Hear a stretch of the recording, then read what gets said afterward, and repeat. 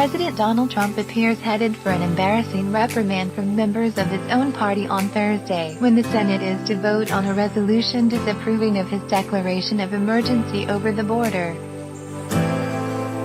Senate Republicans had tried to head off the vote of disapproval by drafting legislation this week to curtail the president's emergency powers in the future, potentially giving political cover to some senators to stand with Trump in his efforts to build a wall on the U.S.-Mexico border without specific approval from Congress.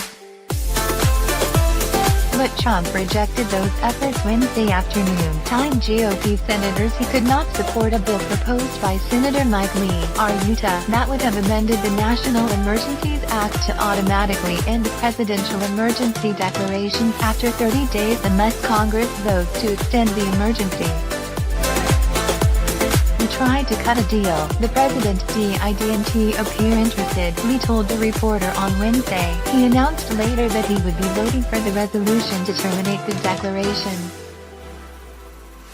Barring a last-minute deal on some other face-saving measure, up to a dozen Republicans could join all Senate Democrats in voting to send the disapproval resolution to Trump's desk, setting up the first veto of his presidency. "I am prepared to veto, if necessary," Trump tweeted Thursday morning. "The southern border is a national security and humanitarian nightmare, but it can be easily fixed. I don't think the president is going to win this one," Senator John Kennedy, R-Law, who opposes the disapproval resolution, told reporters on Wednesday after exiting a caucus lunch about the matter.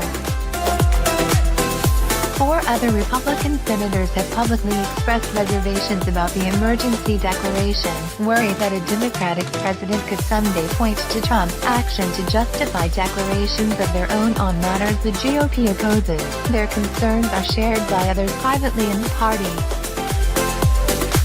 But Trump on Wednesday continued to insist that Republicans are overthinking the matter and that Thursday's vote is a question of border security and nothing else. "The issue," he tweeted, "should not be thought of any other way."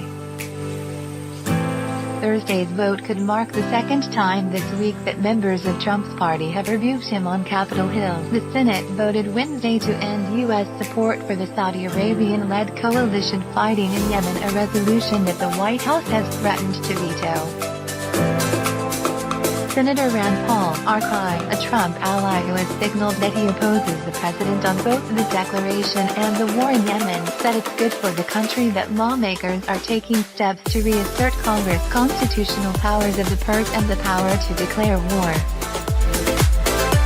"I think they are both important constitutional issues," Paul said Thursday. "Those are 2 bedrock constitutional principles, and I think it's kind of extraordinary that we get to discuss them in 1 week." This article has been updated to include the Senate passage of the resolution on Yemen and Trump's tweet.